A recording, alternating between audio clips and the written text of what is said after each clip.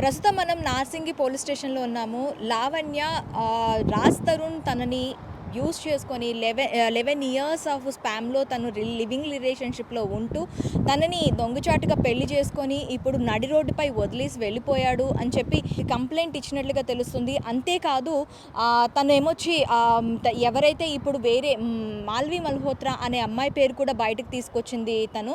ఆ అమ్మాయి తనని బెదిరిస్తోంది. అలాగే పకడ్బందీగా తనని డ్రగ్స్ కేసులు ఇరికించి మరి వాళ్ళు ఎస్కేప్ అవ్వడానికి ట్రై చేశారని కూడాను తను చెప్తుంది. సో అసలు ఏ పిటిషన్ ఇచ్చింది, ఎలా ఇచ్చింది అని డీటెయిల్గా తెలుసుకోవడానికైతే నార్సింగ్ పోలీస్ స్టేషన్కి వచ్చాము.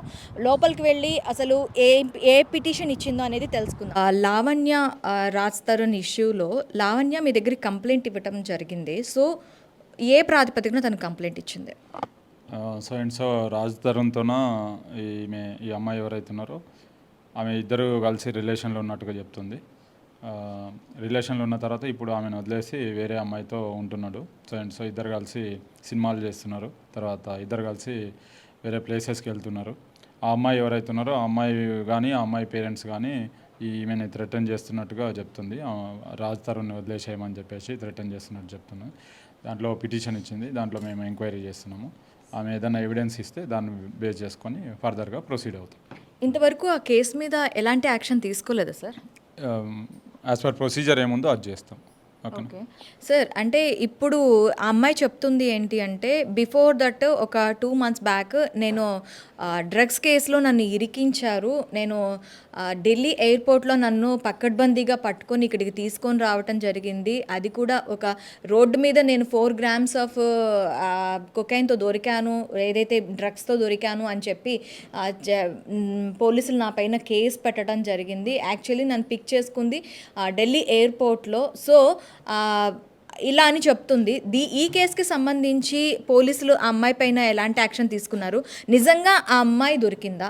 నిజంగా ఆ అమ్మాయికి ఆ టైంలో 2 months కస్టడీ కూడా తీసుకున్నారని చెప్పి అంటున్నారు. సో 45 days కస్టడీ, ఇది అంతా నిజంగా జరిగిందా సార్?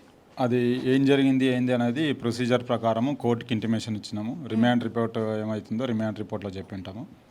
అది ప్రొసీజర్ ప్రకారము ఎవరికి ఇంటిమేషన్ ఇవ్వాలా, కోర్టుకి ఇంటిమేషన్ ఇవ్వాలా, కోర్టుకి ఇంటిమేషన్ ఇచ్చినాము.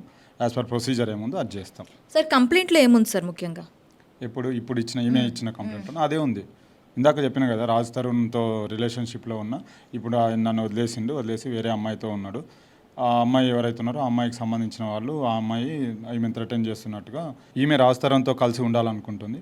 అది ప్రొసీజర్ ప్రకారం మేము పోలీస్ ఎంతవరకు ఇన్వాల్వ్ కావచ్చు లేదనేది చూసుకొని చేస్తాం. అది ఓకే. మరి రాజ్ తరుణ్ని ఏమైనా అప్రోచ్ అయ్యి తనని ఎంక్వైరీ చేయటం ఏమైనా జరిగిందా? తన దగ్గర నుంచి ఎలాంటి రెస్పాన్స్? ఆమె కంప్లైంట్ ఇచ్చింది. ఇప్పుడు దాన్ని బేస్ చేసుకొని మేము ఎంక్వైరీ చేస్తున్నాము.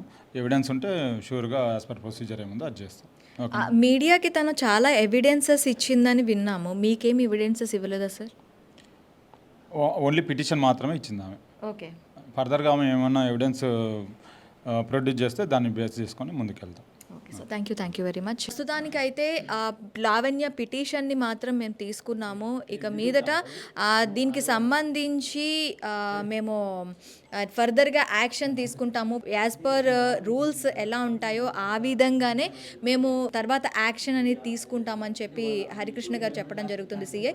సో నెక్స్ట్ ఏం జరుగుతుంది అనేది తెలుసుకోవడానికి స్టే విత్ us.